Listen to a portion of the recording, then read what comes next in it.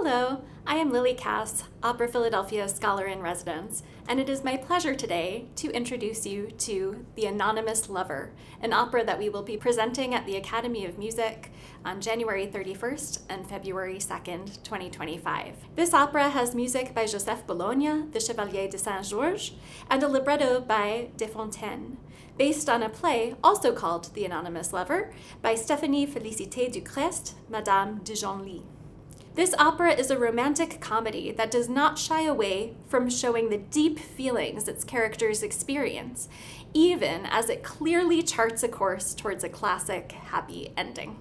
In this short video, I will explain the opera's plot, point out features you may enjoy listening out for as you watch, and explain how the performance of this work is an act of reclaiming the past and uplifting the artistic output of a historically marginalized composer. The opera takes place in the French countryside, at the house of Leontine, a wealthy landowner.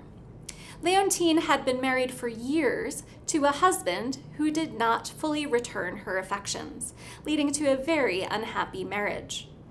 When her husband died, Leontine decided it was not worth her effort to pursue romantic love and marriage, and she focused instead on her friendships with her companion Dorothée, her tutor Ophémon, and her good friend Valcourt. The opera opens with Valcourt singing about his undying love, which he fears will not be reciprocated by the object of his affection. The tutor Ophémon disturbs his reverie, and the two discuss preparations for a performance that they are arranging in secret. The audience comes to learn that for years, Valcourt has been anonymously sending gifts to Leontine. Gifts, letters, other tokens of affection, all anonymously. And at the same time, he's been hiding his true feelings from her. The latest surprise he has arranged, with the help of Ophémon, is for the peasants who live on Leontine's land to regale her with song and dance. Meanwhile, Leontine has never been able to figure out who her anonymous lover could be. But spending time in Valcourt's company has led her to start to wish that maybe her relationship with him could be something more. As the opera progresses, we watch Leontine feel torn between her growing affection for Valcourt and the affection she is receiving from the anonymous lover. All the while, we, in the audience, know that they are one and the same. Valcourt is the anonymous lover. There isn't a love triangle after all, but rather a reciprocal love delayed by Valcourt's fear of rejection. There are many moments of comedy for us in the audience, since we, unlike Leontine, know from the start there will be a happy ending. The anonymous lover's identity is never hidden from us, and various moments in the libretto make us laugh at Leontine's inability to see what's right in front of her, that Valcourt is in love with her. In Act 2, when Ophémon finally gets Leontine to agree to meet with this anonymous lover, Valcourt comes to visit at just the wrong time. In a tense duet, Leontine desperately tries to get Valcourt out of the room so that the anonymous lover can come in, until finally Valcourt, realizing that Leontine is in love with him, puts her out of her misery and reveals that he himself is the anonymous lover. This paves the way for a happy ending, which includes a double wedding for Leontine and Valcourt, alongside Jeannette and Colin, two of Leontine's tenants. Comic opera in France at the end of the 18th century almost always included at least one marriage to seal the happy ending. It also almost always included spoken dialogue and dancing. Most often, the dialogue serves to move along the plot. Dances are often reserved for moments of joyful celebration. Arias allow characters to explore their emotions on their own. The arias for Leontine in particular give a lot of depth to her character, permitting us a window into her conflicting emotions as she navigates between her desire for independence and the pull of romantic love. The opera contains a few duets, a trio, a quartet, and even a quintet, which allows the characters to interact musically with one another in different combinations, expressing affection, confusion, reluctance, and surprise, sometimes all in the same scene. Choruses contribute upbeat rhythms and cheerful melodies. They make it clear that although this opera contains a beautiful message of love and friendship, at its heart, it is a light entertainment. In particular, the opera was written to entertain the upper-class guests of Madame de Montesson, the wife of the Duke of Orleans. Montesson loved the arts, and she had a theater in her Paris home where she employed actors and musicians and commissioned original works, often from family members and friends. She even performed in some of these works as well, and it seems like the role of Dorothée in The Anonymous Lover was written for her talents. The Anonymous Lover began as a play by Madame de Montesson's niece, the talented writer Madame de Genlis, which was performed in Montesson's private theater under the supervision of Joseph Bologne, the Chevalier de Saint-Georges. Bologne, who was a composer interested in writing operas, seems to have been intrigued by the play, as he soon transformed The Anonymous Lover into a comédie mêlée d'ariette et ballet, a comedy combining music and dance, with the help of the playwright Desfontaines, who wrote the libretto. The fact that The Anonymous Lover was written by Joseph Bologne is important, as he is a unique historical figure who accomplished many notable things in his life in several disparate fields, even as he fought a constant uphill battle against institutionalized racism. Joseph Bologne, the Chevalier de Saint-Georges, was born to a white French colonist in Guadeloupe, and his enslaved Senegalese mistress, Nanon. Someone of this heritage in Guadeloupe would have been considered enslaved as well, although it seems that Joseph's father treated him more like a son. Joseph moved with his parents to Paris as a child, where his father enrolled him in an elite fencing school.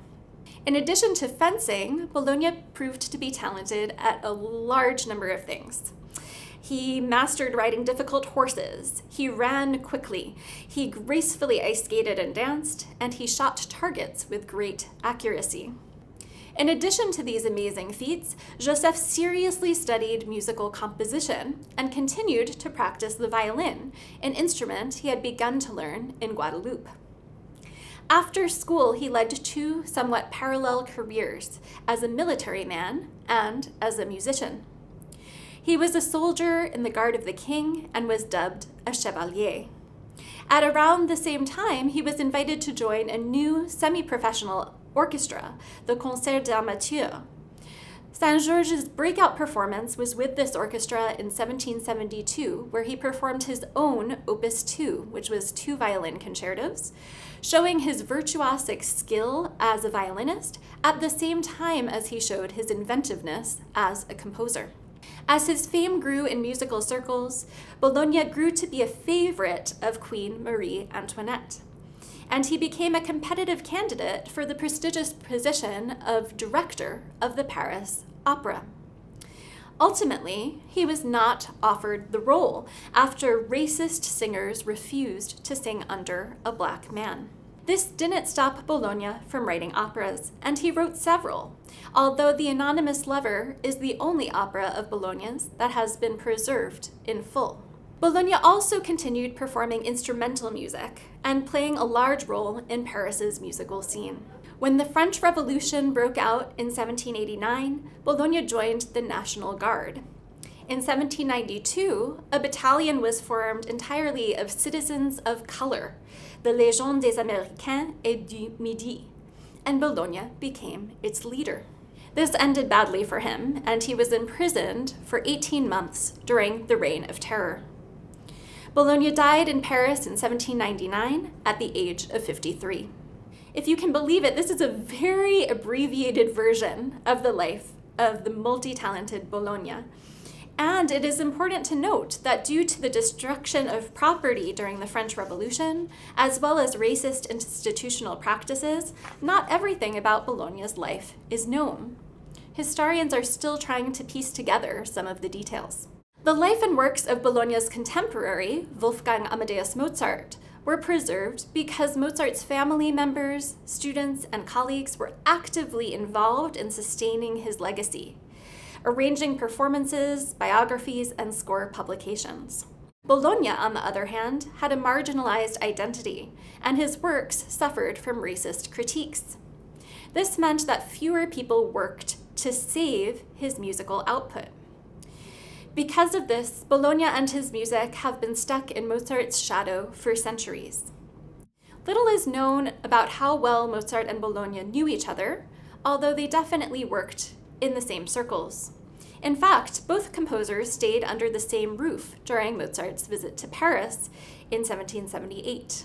Bologna has often been referred to in scholarship as, quote, the Black Mozart. This is a term that denies him his individuality. In reality, Bologna was older than Mozart and also achieved a higher status in musical institutions than Mozart ever did during his life. Many of the musical techniques that Mozart is known for in his comic Italian operas can be heard in Bologna's writing in The Anonymous Lover, written at least 6 years earlier. The Anonymous Lover is now being performed more than ever before due to the publication in 2020 of a new edition of the score that makes it easier for companies to perform. And also the release in 2022 of a sensationalist blockbuster based on Bologna's life called Chevalier. Opera Philadelphia and Boston Lyric Opera worked together to co-produce our production of The Anonymous Lover, which BLO premiered last spring to great acclaim.